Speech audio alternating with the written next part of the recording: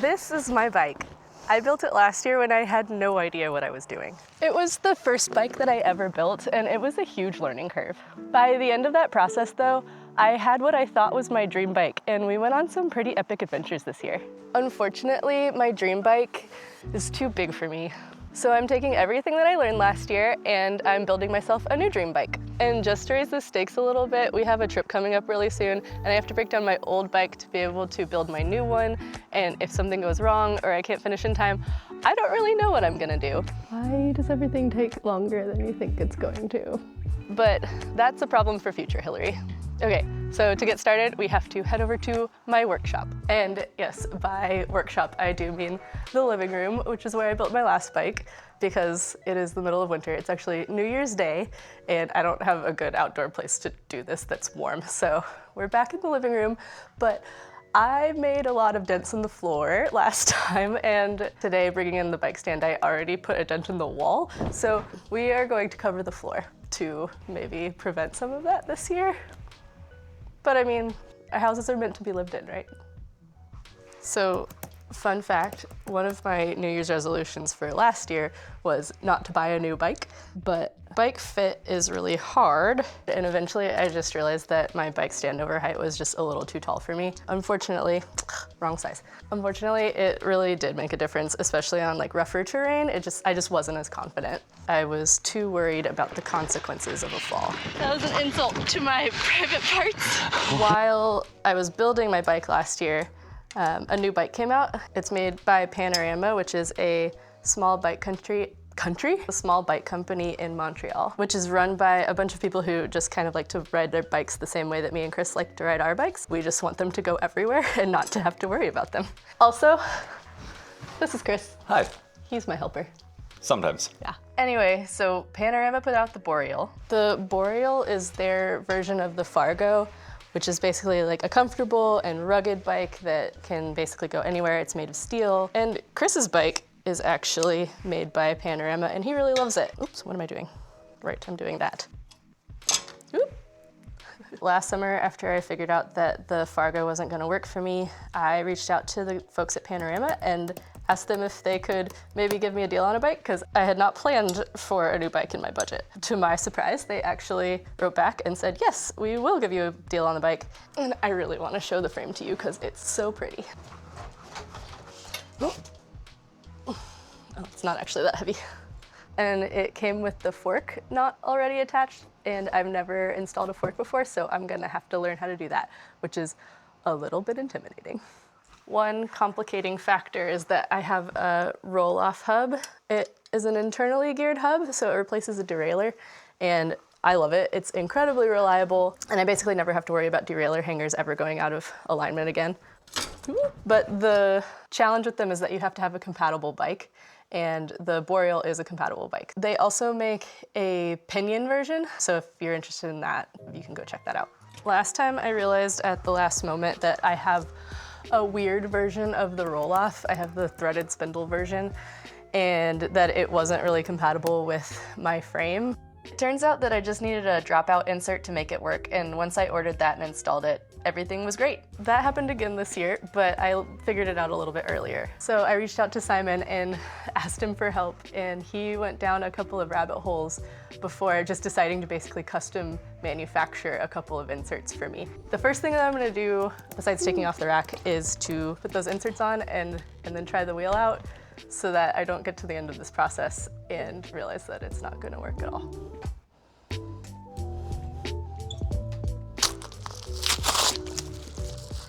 I got these like back in October or something. I just haven't had time to put this bike together yet. They're very shiny.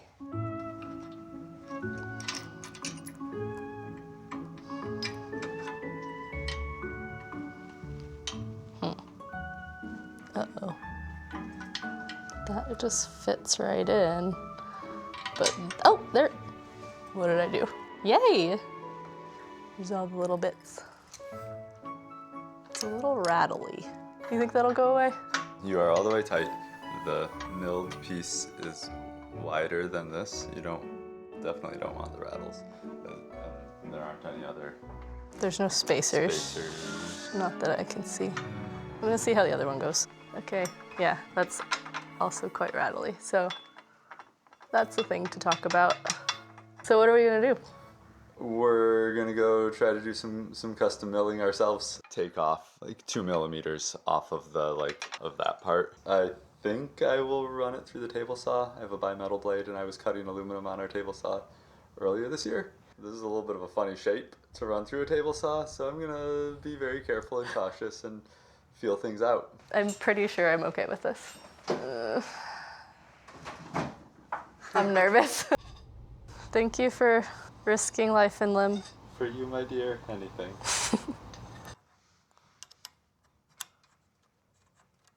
Perfect.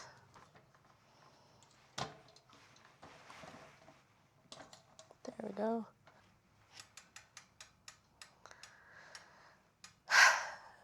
Pretty good start. The next thing that I want to do, because it's intimidating and I want to just get it over with, is to cut the steer tube and install the fork. But I think that we're missing a dust cap. So I think I'm gonna do the bottom bracket next, which is something that I've done before. I have a new bottom bracket, but I'm using my old crankset. There we go.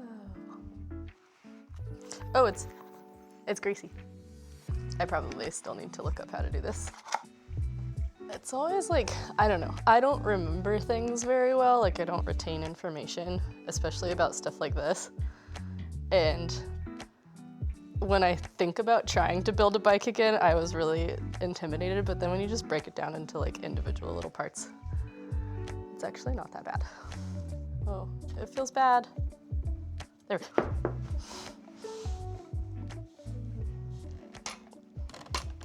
Cool. Yay.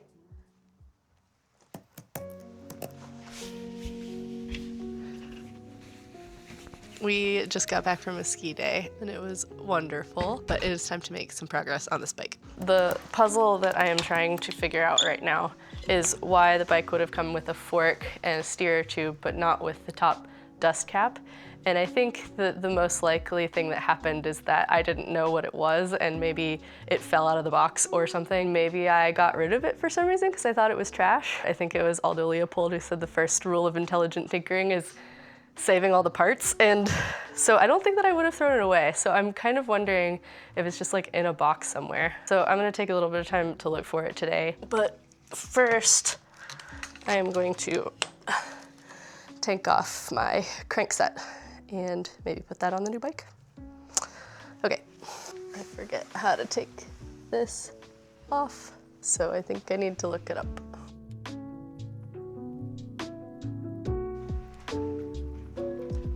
There it is.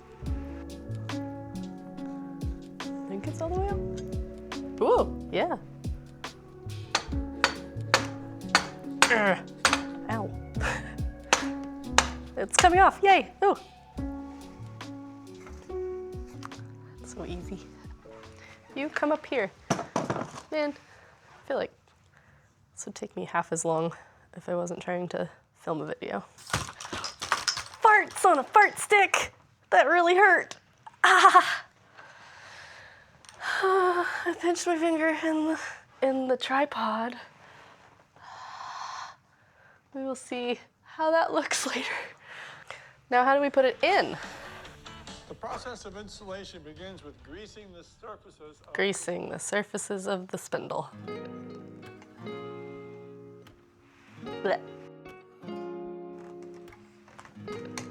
Okay. My finger really hurts. I think that the first thing that I'm gonna do tomorrow is to clean up this workspace because this is really bothering me. Ah.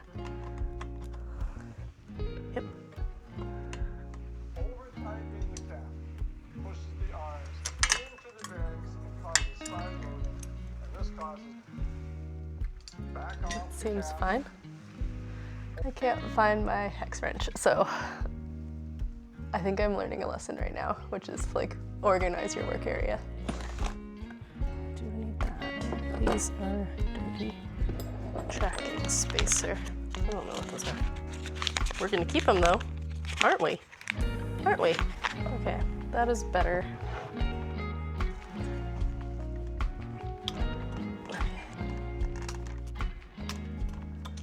think that's done then. I think that that's all I have in me today, so we'll start up again another day, maybe tomorrow.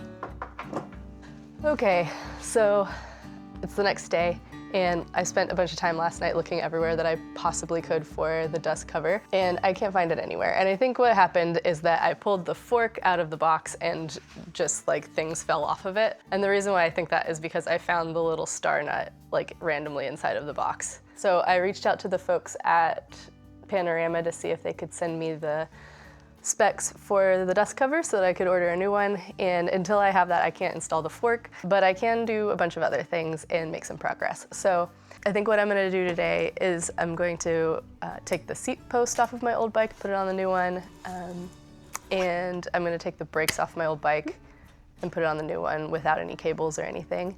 And then I'm also going to protect the frame with some helicopter tape that I found while I was cleaning up. And then that will make it so that the only thing that I really have to do after that is, you know, put the wheel and the chain on and install the fork, and then just like connect all the cables and stuff, which I think will still take me a little while, but it will be more feasible to get this done before our trip.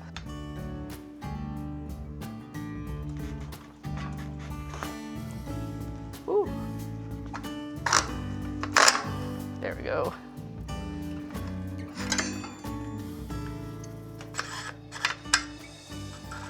All done. This frame is, I think, pretty stripped.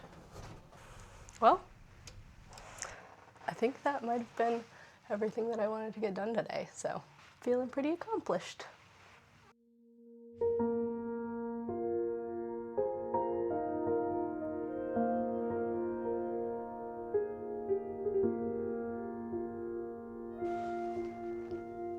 You can focus. Oh no, you can't. There we go. I really want to make some progress on this and get it all ready. Wait, what am I trying to say? You really want to be done with this already and have a bike to ride. Yeah. But you're missing one part, and it's throwing a wrench in everything, so you can try to forget about it and go for a ski instead. Throwing a wrench in everything. We woke up this morning and it's absolutely gorgeous outside, and so I think we're gonna go for a little ski jaunt up our local canyon. Take the dog for a walk. It is so pretty. It's Couldn't wait today this beautiful inside.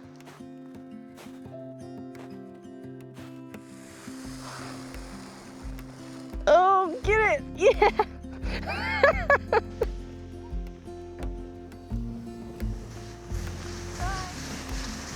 Woohoo!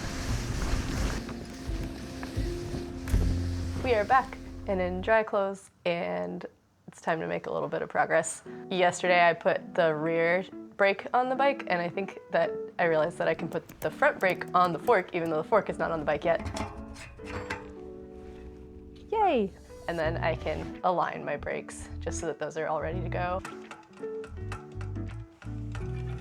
I didn't think this screw was hitting anything. I don't think it is. Oh, it might actually be hitting. That's what it was. That bolt is too long. You were right.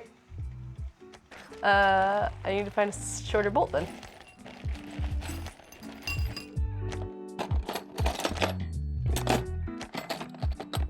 Why does everything take longer than you think it's going to? Don't have a shorter bolt, but maybe I think I can use a washer to just give it a little bit more space. It worked. All right, so there's one more thing that I wanted to do today, and that is to put my chain on.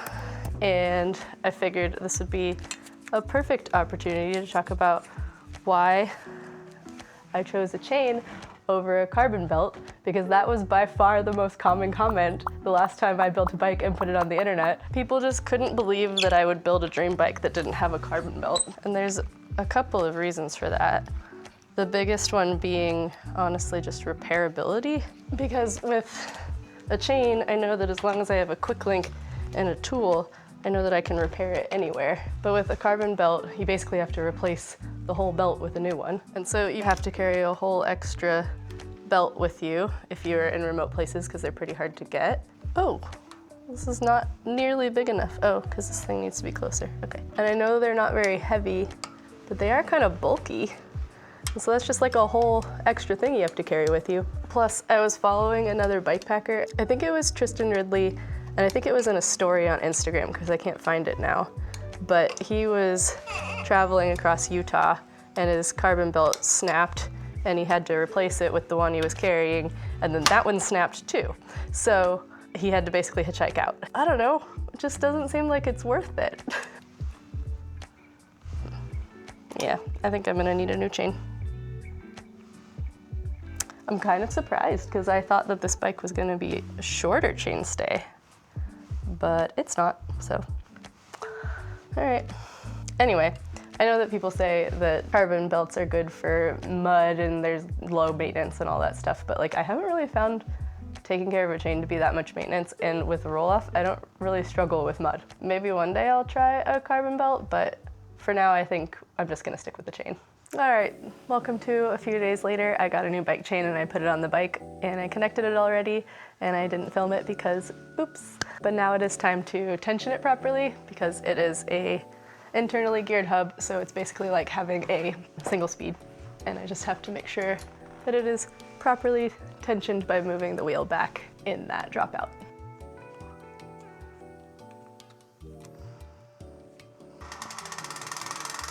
I don't have brakes. Ah. All right.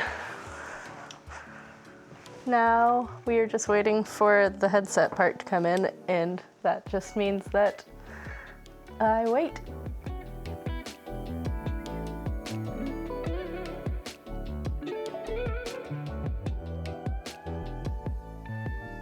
The day has arrived. I got the new headset in the mail a couple days ago, and when I tried to put the new dust cap on, it didn't actually fit with the old headset, so I ended up going down to my local bike shop and having them take off the old headset and install the new one because it's already getting kind of complicated, and that was just something I didn't have the tools for. And so thank you, Adam, for your help with that. I am ready to cut the steerer tube and install the fork, but I'm nervous, and so I have been just reading over and over and watching different YouTube videos on how to do it, and I think I've procrastinated long enough that I just need to start. So I have all of my tools laid out over here on the table and a list of steps to follow so I don't lose my place. I think it's time. All right, first thing that I gotta do is put the wheels on the bike.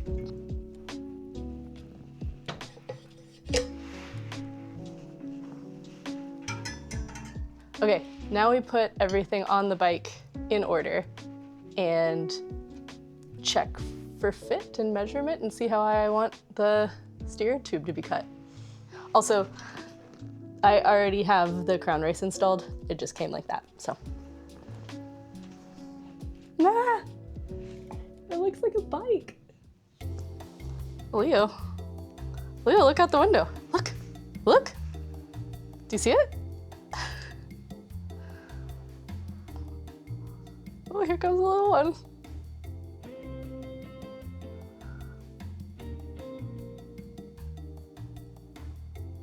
This is dog TV. I think that feels okay. Honestly, it feels pretty good.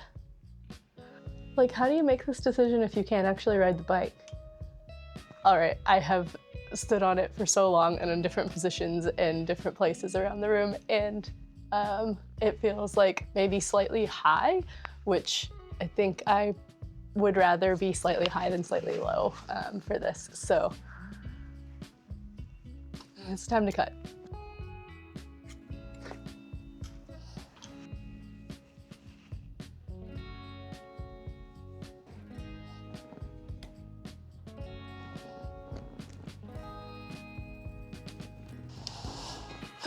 It's warm.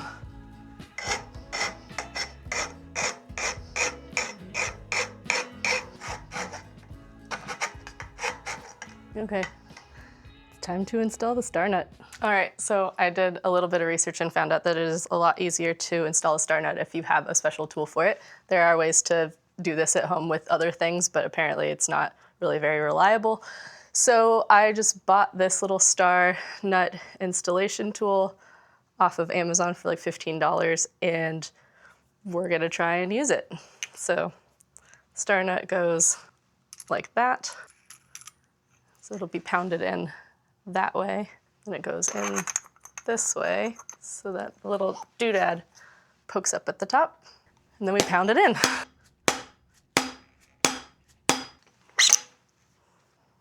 Is that how deep it is? I guess that was it. That was way easier than I thought.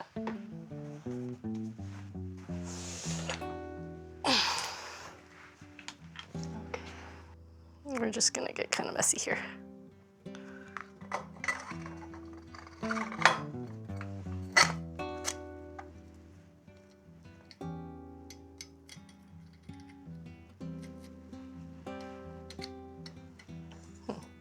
The problem that I'm running into right now is that this top cap, which fit over the steer tube before, is no longer fitting. And I think it's because when I cut it with the pipe cutter, it did actually warp the steer tube just a little bit so that this can't fit over it anymore.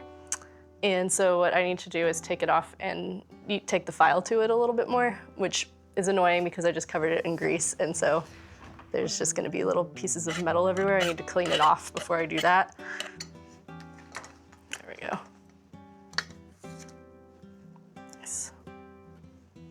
Yay!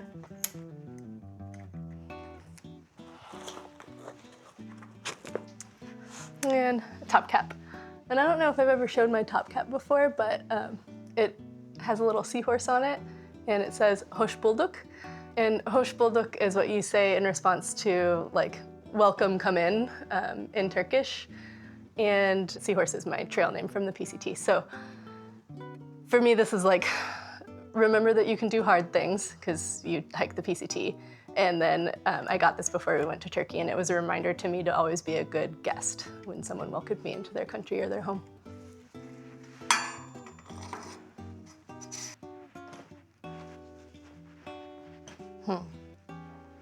Still kind of loose. So, all right, the headset play situation has been fixed. It turns out that I just forgot how to tighten the stem and the top cap and everything. And I was just doing that in the wrong order. So, which means that the only thing I really have left to do is reconnect all the cables, and then it's gonna be a fully functioning bike. Okay, it is January 27th.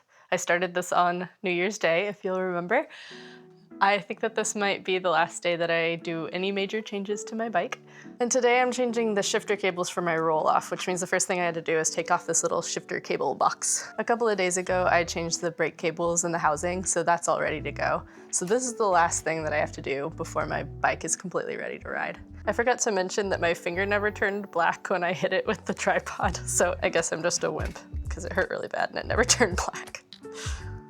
That's what's inside of that gear mic box. The shifter cables pull it one way or another, and that rotates this little bolt that changes the gears inside the roll-off. It's very complicated and a marvel of German engineering.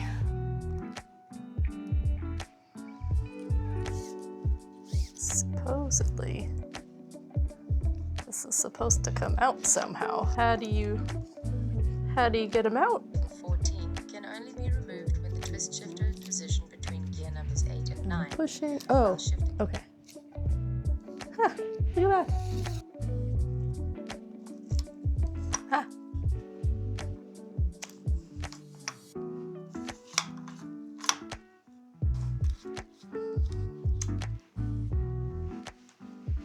So I've been sitting here trying to figure out where I want the housing to be routed, and I was looking at other bikes that have roll-offs, and they set up their gearbox differently than I do, where instead of pointing up, it's down here and pointing down, and that way the cable housing can be routed like underneath, and it just seems a lot more elegant. And so now I'm trying to decide if I want to do that.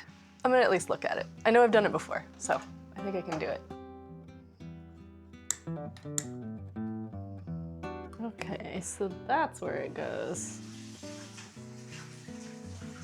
There we go. Ha!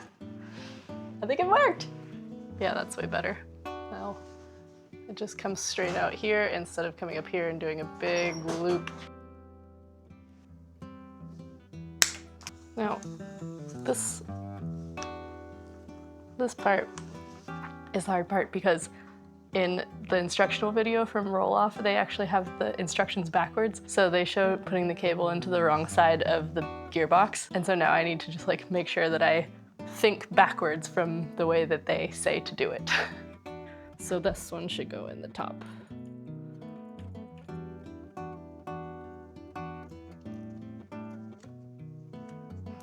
Wrap it around. Yeah.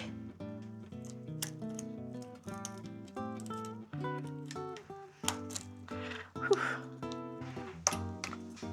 Yeah, okay, cool. Yay! Yay!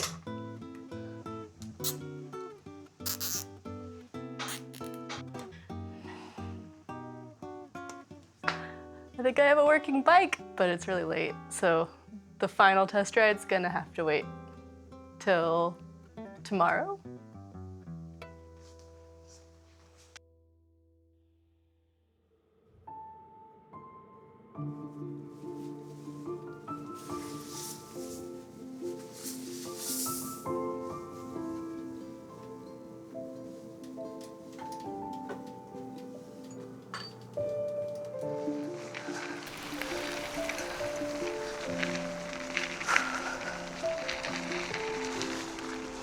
Well, so far, feels pretty good.